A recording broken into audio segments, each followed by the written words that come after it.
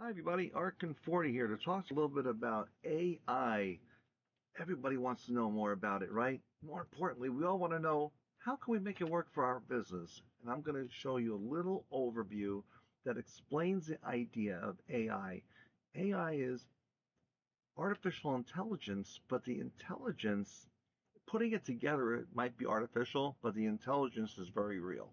So take a look at what I'm going to show you so you understand how it works. See, you can't build a strategy on AI and put 1 to 2 to 3 to 4. It doesn't work like that.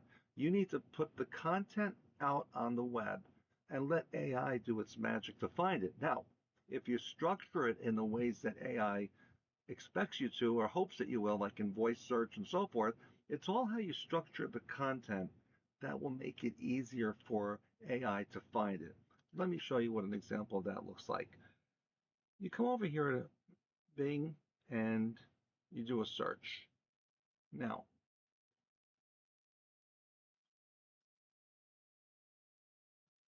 I don't know if this is seen on here or not, but I can move that. Great. Um, Frequently asked questions. What is your delivery area? Now, you see this a lot, right? But the question you want to ask yourself is, where do the answers come from? Almost everywhere has a documentation, a number, or an indicator that will show you where the answer is derived from. So when you look here, you'll see that it says frequently asked questions, see all 8. Where did they get it from? The business website. What is that? It's the business website. Click on it and look where you went. You went right over to the business website. I can't get this off of my screen. All right. Anyway, what is your delivery area? Do you deliver to local hospitals? Do you deliver to a funeral home? You see, the questions are arranged so it connects with Bing. When this was being built, somebody could have said, what are you going to put that in there for? Who's really looking for that? Before you think that way, remember that content is king. So here it is. I mean, this you can't control what Bing is going to pull. Bing pulled this, and they sourced the data from the business website. I hope that helps you understand now that this part is very simple. You post it on your website. When Bing is doing a query, it's going to pull it from there. Now, this is done through LinkedIn, through blogs, through copy on your website. You can't post enough content. So when you hear people talking about posting content, they're talking about words, and the words have to be as many places as possible and in a format that asks like a human would ask a question. What time are you open till? Do you deliver after 3? Do you make late deliveries? Do you offer same day delivery? All of these need to be built out, and that's what we spend a lot of time building for our clients are those answers. Now, let's take a look at it a little bit further. A lot of people wonder why their sales went up so much this Mother's Day. Well, let's take a look at some of our clients. We held back their names because we're not looking to, put anybody under the microscope here. But this is one shop. These first two were very new to us. Last year in 2024, for the month of May, this shop did $11,588. This year they went to $20,160. Why? Let's take a look at another one. 11,464 to 21. These are almost 100% increases, doubling their sales. Let's look at maybe a little larger shop. 107,000 to 175,000. Pretty impressive. This shop has been growing so fast with us. Look at the visitors. 1429 to 2215. That's significant.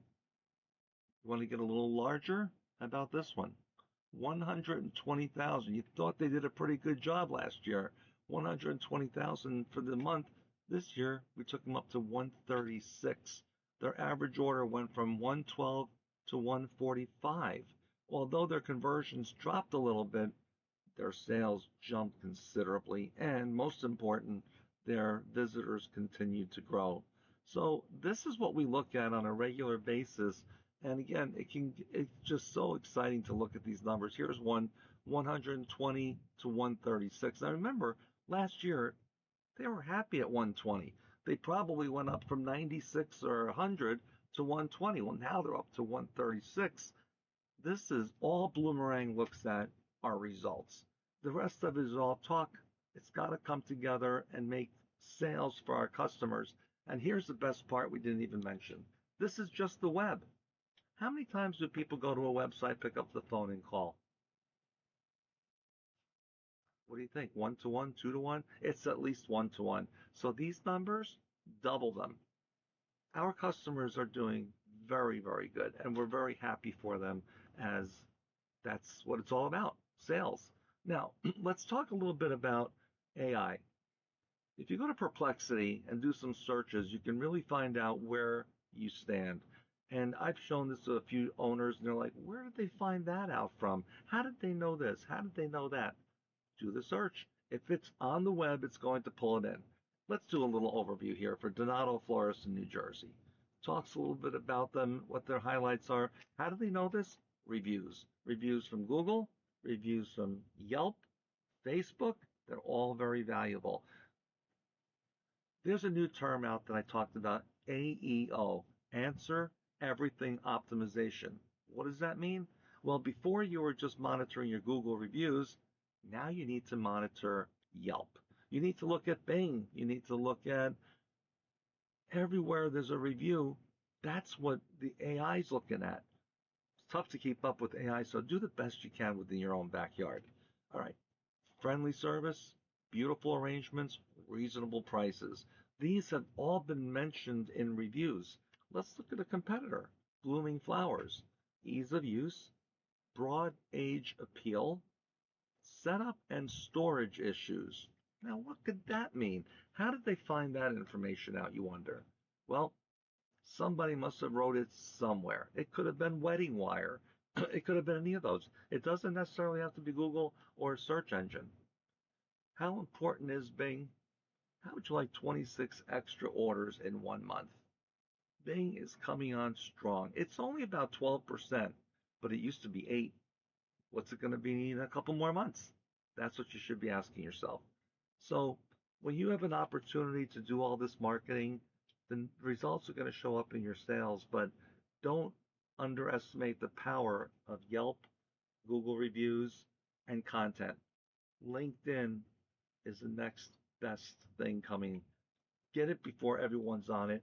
You know, the funny thing is, when everything's happening, generally people think it's too late. I missed the train. I can't get in there now. Example, 20 years ago, newspaper ads. Let's put an ad in as a matter of fact, I have one right here. Let's put an insert in the newspaper. We used to print these up for flower shops, and everyone would put their own name on it, and then we would enter them and then insert them in the paper Sunday morning. Well, there were so many ads. People used to say, "Who's going to see me?" You know what the rate of return was? If you got back 0.5% to 1% in sales, you did well. That doesn't sound very attractive now, does it? Especially with the internet. We did it to get exposure. It put our name, all 100,000 inserts in Sarasota. We were just everywhere. To everybody, we were in front of everyone. That was the value then. Now the internet comes along, and people get mad if they're not getting 5, 6 to 1. They put out 5,000, they want to see 25,000 in sales. I often ask them, when did you ever see that before? Welcome to the world of the internet. It's extremely profitable. It's making people lots of money because the returns are unfathomable. All right, so now let's go to direct mail. Do you remember ever saying direct mail? I always get lost in the shuffle. Now that direct mail is down, people aren't jumping to mail because they're saying nobody looks at the mail anymore. Nonsense. If you get an electric bill, you're looking at it. If you get any kind of notification, it's going to your mail. What's happened is a lot of the junk mail's dropped off. which gives you an opportunity to get in there with hopefully valuable content. Like what?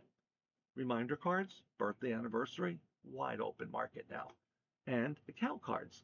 Make your customers an account card. When you mail it, this is the best tip I'm going to give you because this is what makes or breaks it. On the envelope, make sure you address it important account information enclosed. You're a winner. You're never going to have a problem because they're going to open that up. They're going to see your account card.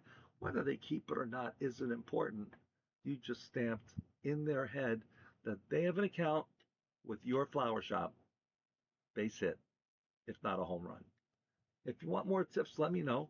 I'm Arkin Forty from Bloomerang, and we can manage your site. We can give you advice on how you can manage your site.